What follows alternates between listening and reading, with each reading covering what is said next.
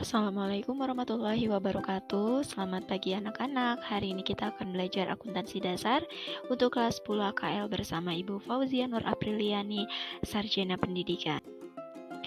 Oke, hari ini kita akan belajar persamaan dasar akuntansi. Kira-kira kalian mengetahui tidak apa sih persamaan dasar akuntansi itu? Kemarin kita sudah belajar siklus akuntansi. Nah, kita hari ini akan belajar persamaan dasar akuntansi.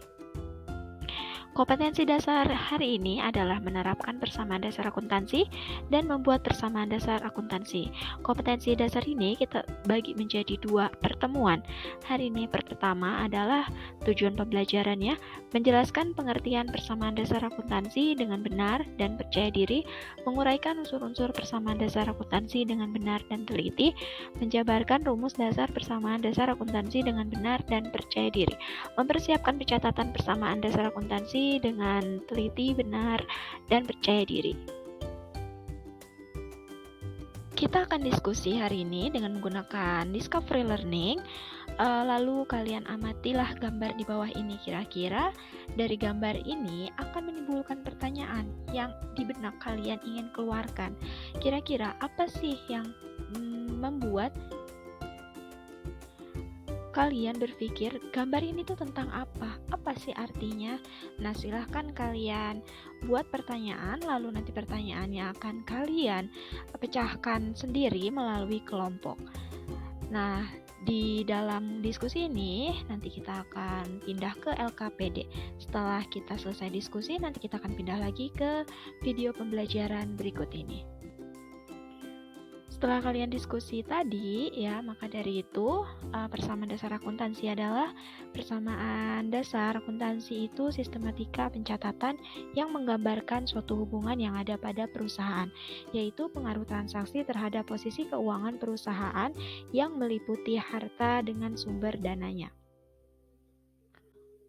Unsur-unsur persamaan dasar akuntansi terdiri dari harta, utang, modal, pendapatan, beban, di mana aset atau harta atau aktiva itu terdiri dari harta lancar, investasi jangka panjang, harta tetap berwujud, harta tetap tak berwujud. Kemudian harta lancar itu terdiri dari kas, surat berharga, piutang dagang, perlengkapan, persediaan barang dagang.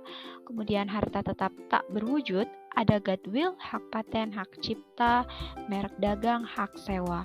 Harta lancar itu adalah harta yang diharapkan dapat dicairkan atau dituangkan tidak lebih dari 1 tahun periode akuntansi.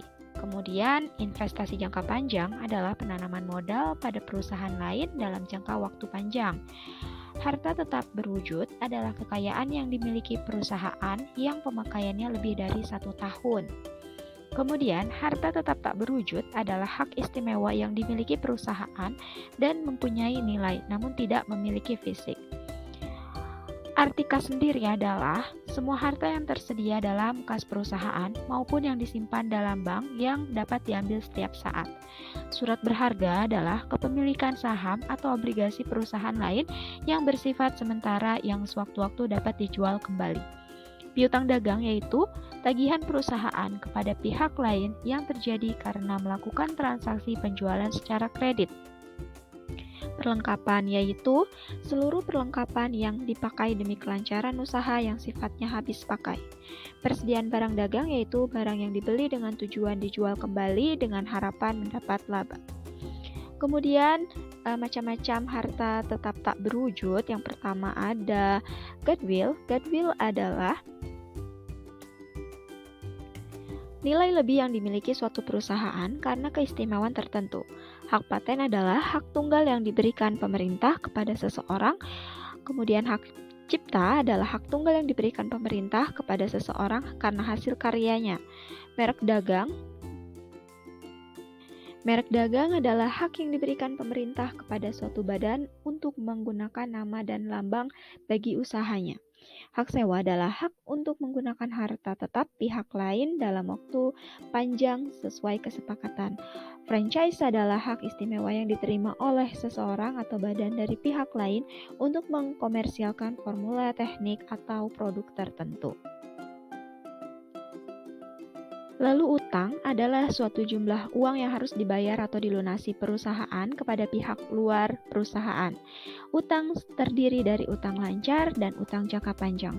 Utang lancar yaitu utang yang harus dilunasi dalam waktu tidak lebih dari 1 tahun. Jenis-jenisnya ada utang dagang, utang wesel, utang pendapatan, utang beban.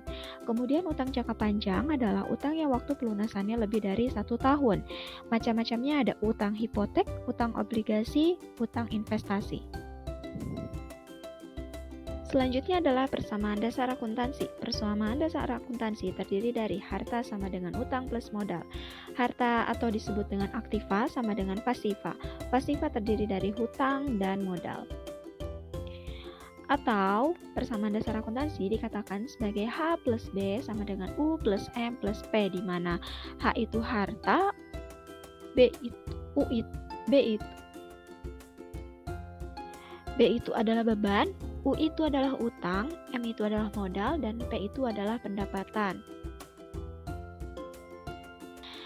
Akan tetapi tujuan pembelajarannya adalah menganalisis pengaruh transaksi keuangan dalam persamaan dasar akuntansi, melakukan pencatatan persamaan dasar akuntansi. Mari kita diskusi kembali. Topik diskusi, ilustrasi diskusi akan ada di LKPD yang kalian pegang masing-masing. Setelah tadi kita berdiskusi, maka Ibu akan menjelaskan analisis pengaruh transaksi ke persamaan dasar akuntansi. Jenis transaksi yang pertama, penanaman uang pemilik perusahaan, maka akan berpengaruh aset bertambah, ekuitas bertambah. Kemudian pembelian tunai, maka akan berpengaruh terhadap aset bertambah dan akan mengurangi aset yang lain. Yang ketiga, pembelian kredit, maka akan berpengaruh aset bertambah, liabilitas bertambah. Kemudian yang keempat, penerimaan penghasilan, maka akan mempengaruhi aset bertambah, ekuitas bertambah. Pembayaran hutang akan mempengaruhi aset berkurang, liabilitas berkurang. Penerimaan tagihan akan mempengaruhi aset bertambah dan berkurang untuk aset yang lain. Kemudian yang ketujuh, pembayaran beban akan mempengaruhi aset berkurang, ekuitas berkurang. Yang kedelapan, pengambilan uang untuk keperluan pribadi maka akan mempengaruhi aset berkurang, ekuitas berkurang. Mencatat transaksi ke dalam persamaan dasar akuntansi. Di sini ada contoh, Rina membuka usaha menjahit dan diberi nama Rina Tailor pada bulan April 2022. Transaksi yang terjadi selama bulan April 2022 sebagai berikut. Pada tanggal 1 April, Nyonya Rina menginvestasikan uangnya 25 juta dan peralatan jahit 50 juta rupiah sebagai modal awal usahanya. Nah, maka pengaruh dari transaksi ini adalah aset bertambah 25 juta dan peralatan jahit bertambah 50 juta. Berarti ekuitas bertambah 75 juta. Maka dari itu persamaan dasar akuntansinya adalah H sama dengan U plus M. Maka dari itu aset 25 juta aset ditambah peralatan jahit, alat jahit 50 juta sama dengan 75 juta. Maka dari itu akan seimbang. 75 juta sama dengan 75 juta. Itulah yang dimaksud dengan persamaan dasar akuntansi. Maka bentuk persamaan dasar akuntansinya adalah sebagai berikut. Ada kolom tanggal, aset, kas, piutang, perlengkapan, peralatan. Kemudian liabilitas, ekuitas, keterangan. Jika ditulis ke dalam persamaan dasar akuntansi, maka pada tanggal 1 April kasnya bertambah 25 juta rupiah.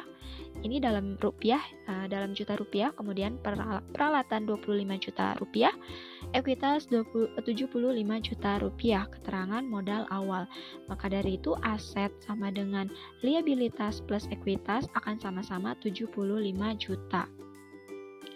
Untuk lebih lengkapnya, silakan dibuka kembali modul akuntansi dasar persamaan dasar akuntansinya.